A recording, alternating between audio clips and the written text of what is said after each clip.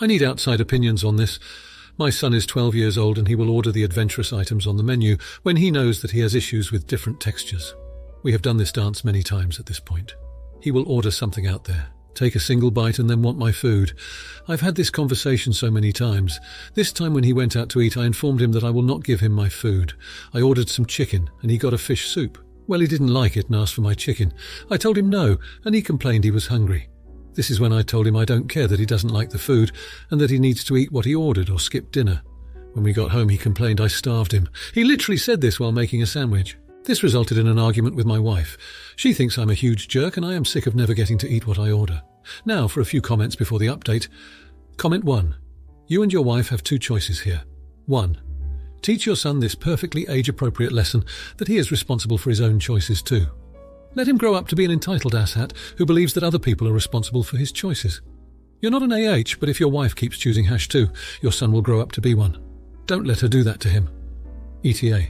Not the idiot. Comment 2. Not the idiot. You were very clear before your son ordered about the consequences of picking a more adventurous food that he possibly wouldn't like. Now he is suffering those consequences. Sounds like a good life lesson to me. He could try some new foods if he's taking a bite of your food, but he needs to order what he's willing to eat. Comment 3. Not the idiot. 12 is old enough to be able to pick off a menu and to know what foods he likes/dislikes. You're right not to swap. Giving in and letting him have your food all of the time would set a terrible precedent going forward. It's a harmless lesson, especially given that he's given the opportunity to eat what he likes at home. Now for the update. First of all, my son tried to call my bluff the very next time we went out to eat. He ordered the most out there dish he could find. A plate of escargot, believe it or not. I could see the glint in his eye, that little "I dare you to stop me" look he gets. But I played it cool, ordered my usual steak and veggies, and waited for the inevitable. Sure enough, after one slimy snail, he pushed the plate away and looked longingly at my steak. This time, though, I held firm. I reminded him of our new rule. You order it, you eat it. Cue epic meltdown. He sulked, pushed his food around, but, miracle of miracles, he actually ate a couple more before giving up and just nibbling on the bread. Progress? Maybe. The plot thickened when my spouse, who's been on the fence about my new approach, decided to take my son's side in the middle of the restaurant. A really heated, hushed argument ensued, and I'm pretty sure the couple at the next table were giving us the side eye. We left with our dignity barely intact and a doggy bag of untouched escargot. Flash forward a few days, and we're at a family gathering. My son, perhaps emboldened by our public skirmish, orders a spicy curry that could peel paint off the walls. I give him the look, but he's resolute. Halfway through the meal, while I'm enjoying my mildly spiced biryani, he's sweating bullets. His eyes are watering and he's gulping down water like he just crossed the Sahara. Again, I stood my ground, but this time something amazing happened. My sister-in-law, who'd been watching the whole saga unfold, quietly takes him aside and gives him a pep talk. Whatever she said must have been magic, because he came back, took a deep breath and soldiered through half that curry. He didn't love it, but he didn't ask for my food either. The biggest bombshell dropped just a few days ago. My son, perhaps realizing that the culinary world isn't always his oyster, actually asked me for advice on what to order at a new seafood place. We talked it over and he settled on fish and chips. Safe, but a far cry from his usual wildcard picks. The meal went off without a hitch. He ate everything, no complaints, no food envy. But here's the jaw-dropper. Yesterday my spouse took me aside and apologized, admitting that the tough love approach might be working after all. They said they were proud of how our son was beginning to handle disappointment and make smarter choices. I was floored and relieved. We've got a long road ahead, but these 2 weeks have shown us some serious ups and downs, and maybe, just maybe, a light at the end of the tunnel. We'll see how the next restaurant adventure goes, but for now I'm just savouring this small victory. Now, for the comments. Comment 1. Not the idiot. It seems you've taken a firm but necessary approach to dealing with your son's ordering habits. It's important for children to learn the value of money and the consequences of their choices, including in seemingly small matters like ordering at a restaurant. Your method is teaching your son to make more thoughtful decisions and to be more adventurous with his food choices in a controlled way. The fact that he's starting to eat more of his food and even asking for advice on what to order indicates that he's developing a healthier relationship with food and decision-making. As long as your approach continues to be about teaching rather than punishing, and you're open to conversation and guidance as your son navigates his choices, you're setting him up for success in the long run. Plus, it's a good sign that your spouse has come around to see the benefits of this strategy, indicating that you're both working together for your son's growth. Comment 2. Not the idiot. The initial disagreement with your spouse in the restaurant notwithstanding, it's clear that your intention is to instill a sense of responsibility and good judgment in your son.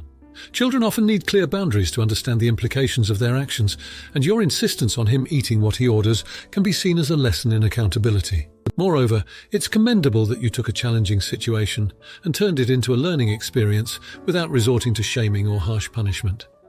The fact that your son managed to eat half of the spicy curry with his aunt's encouragement shows that he is capable of pushing his limits in a positive way. Encouraging him to try new foods and to seek advice demonstrates that you're not just imposing rules, but also fostering an environment where he can learn and grow. The key here is the supportive and educational context in which these lessons are taking place, which is essential for his personal development. Comment 3. Not the idiot. Your story highlights an important aspect of parenting: teaching life skills. Learning to order food responsibly is a small part of a larger picture of making wise choices. It's not just about the food, it's about understanding consequences and being mindful of wastefulness. Seeing your son not only abide by the new rule, but also engage with it by asking for advice is a testament to your effective parenting. It shows that he is beginning to take ownership of his actions and decisions. The celebration of the small victory is a positive reinforcement that could encourage him to continue this behavior. It's crucial, however, to maintain a balance and ensure that this approach to teaching responsibility doesn't become overly restrictive or punitive, as the goal is to guide rather than control. Your success will ultimately be measured by your son's ability to make good decisions independently, and it sounds like you're on the right track. Now, for the next story. My 14-year-old brother and 9-year-old sister is autistic, and she needs to be looked after most of the time. She's not super low functioning, but she's not high functioning either. She barely speaks, and she has a bunch of sensory issues which makes her have a lot of meltdowns. Since she was born, I've had to look after her, and the older I get, the longer I'm expected to look after her for. I don't have any proper friends because I never have time to hang out with them because I'm always looking after my sister. If I have plans, my parents' plans are always more important. Even if I already had plans, I'm expected to look after her when my parents are busy. I was getting ready to go see my friend because we were going to celebrate his birthday. My mom came in my room and told me I'd have to look after her so my parents can go to a restaurant together. We got into an argument because she'd known that I'd be going out like a month in advance. We were both yelling at each other, and I said that I wish my sister was never born. She grounded me for a month and told me I was disgusting for saying that. I know it's a really shitty thing to say, and none of this is my sister's fault, but everything would have been so much better if she never existed. It'd be nice to have a cake for my birthday and not have to give her 80% of it. It'd be nice to have time to see my friends and not have to spend all of my free time looking after her. I hate her so much. She's ruined my life. My dad agreed with my mum and told me I'm a really bad person. It's been making me feel really shoot. I don't know if I'm the AH or not. Edit. Thanks so much for all the replies. There's way too many to reply to all of them, but I'm still reading them, so thank you. Now, for a few comments before the update. Comment 1. Not the idiot, an a-hole. Maybe a little bit, but that comes with being 14. You're not your sister's keeper, and your parents are going to raise one child to be overly dependent upon them into adulthood, and another one to start sneaking out, resenting the family and saying things like, "I wish my special needs sister was never born." If I were 14 and in charge of raising the next generation of my family, I would spend the time I have with them teaching them about different nursing homes in your area, so she can deal with your parents when it's time, considering I can't imagine your relationship with them is going to get much better if your mother's response to, "I don't want to babysit your kid just because you chose not to wrap it up a decade ago," is, "You're grounded for a month. Get your little sister a nursing home directory pamphlet for Christmas." She won't get it, but your parents will LMFAO. Comment 2. You're the idiot because you shouldn't say that about anyone's existence because she didn't ask to be here and on top being disabled. Not the idiot because your sister isn't your responsibility and you shouldn't be sacrificing so much of your life to tend to your sister. Your sister didn't do anything to you. She's not the person you're mad at, and you shouldn't be bitter to her. You need to redirect your hatred and bitterness to your parents. She's is their responsibility and they need to buckle down and start sacrificing everything to tend to her and you. Comment 3. You're not a bad person. Your parents are for burning you with their daughter. She's your sister, not your responsibility. They are the AH for thinking you're their free nanny. Made plan for your future, they probably won't want you to leave the house. That's not home, so they may not help you pay college. If they force you to stay in-house with her, just close your door and don't watch her. If anything happens, they are at fault, not you. Call CPD to them if they leave you alone with her. What they're doing is abuse. Now for the next story. My daughter, 14-year-old, loves her uncle a lot, but she's angry at him right now. When we were walking home together one day, we saw an emaciated dog tied to a pole in front of an empty house. The owner must have abandoned her there. My daughter had tears in her eyes. I was already thinking of calling my wife and asking if I can bring the poor dog home before my daughter begged me. Took a picture, sent it to my wife with a couple of texts, and she said yes. When my brother-in-law first saw the dog, he said, "He's probably going to die by the end of the week. Don't know why you bothered taking him home." She teared up a bit at that. It's been over a month now and he is still alive and recovering well. My daughter still didn't want him at her birthday party, though. She is still upset at him for saying that we should have left her dog there and asked us not to invite him. He hasn't apologised for his remarks either, insisting that he was only being realistic. My brother-in-law was really upset, saying that I'm wrong for denying him the opportunity to celebrate with his niece. I asked, "What did you expect?" His wife then said that I was being petty with the comment. ETA. Before anyone else says that I'm rashly severing familial relationship, it's not like I left no avenue for reconciliation. My daughter really loves visiting her grandparents, and my brother-in-law lives with them. She is still seeing them once every few weeks, so no, I did not burn the bridges, I did not go nuclear. It's just the birthday party. Now, for a few comments before the update. Comment 1. Your daughter may have seen a red flag in her uncle. He sees a sick, abandoned dog and thinks it should be ignored to die alone. A depraved indifference. You and your daughter see the same dog and rush to provide it with TLC, whether it lives a day, month or year, etc. That's a huge shock to her, seeing that defect in her uncle. Comment 2. Basing on the answers you gave in the comments, brother-in-law sounds like the type of person that is brutally honest, or just being realistic, but doesn't like it when someone else is just realistic with him. Not the idiot if he doesn't even apologise. Your daughter has a right to hold it over his head for as long as she wishes to. Comment 3. Not the idiot I always allowed my kids to decide who they wanted to spend time with. Brother-in-law was insensitive, and it's up to him to try to repair the relationship. It's not your place to help him. You're her father, be her sounding board and support her. Now for the next story. I, 39-year-old male, live in the USA, but I am from India. I have 2 children, Prakyat, 11-year-old male, and Ria, 12-year-old female, the latter of whom is my stepdaughter. We were setting off fireworks in the yard of our large house during the evening. There's an American kid in the neighbouring block who's also 11 years old, Alex. He's autistic. As we celebrated, Alex was heading somewhere with his parents. He rushed over when he noticed the fireworks, asking us what we were doing. Prakyat explained it to him while Ria remained silent. He asked the kids whether he could set off some fireworks himself. Ria said, "Sorry, but it's not for people like you." His parents had heard what she had said and were shocked, including myself. I asked Ria to make an immediate apology, but she refused. She'd only spoken the truth and that Alex would hurt himself because he's autistic. I was extremely embarrassed, and even my wife asked her to apologise once, but she refused. I apologised to the parents who did not say anything as they walked away with Alex. I was livid and asked Ria to go back to her room, that she was grounded for a week, cancelled the party for her and said she wasn't allowed to set off fireworks. She became hysterical, telling me that was too much, but I did not back down, and in the end she was forced to stay in her room and is not allowed outside. I took Prakyat to Alex's house later with some Diwali sweets and apologised again, and this time they were a little more pleased about the apology. My wife says I went too far, and that although she should not have said that, my punishment for a week and no celebration for her ruined it for her, etc. Am I the idiot? Now for a few comments before the update. Comment 1. Not the idiot. Attitudes like your SDs need to be stopped as soon as possible, and honestly just one grounding will not do it. This will just teach her to hide her prejudices. You need to find a therapist who specialises in these things to work with her. However, in response to your wife about how the grounding ruined the celebration for her, that was the point of the grounding. The punishment wouldn't have an impact if it didn't. If this is how your wife reacts when your SD acts badly, I can see how she ended up like this. Comment 2. Indian descent here. You're doing a really good job of raising her. By showing her that her actions have consequences, you are correcting errors that your wife has made with her.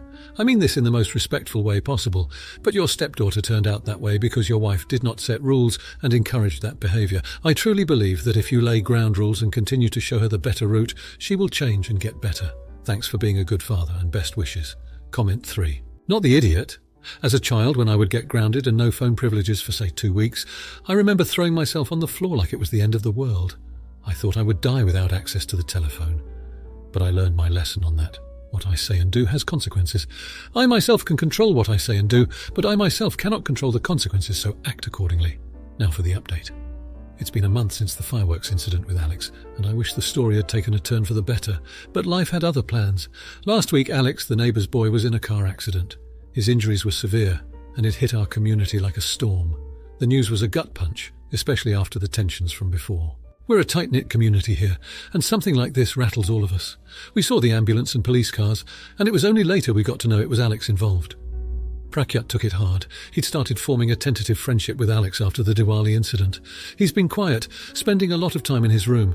I think he's feeling a mix of guilt and shock. Ria has been silent too, but there's a wall up that wasn't there before.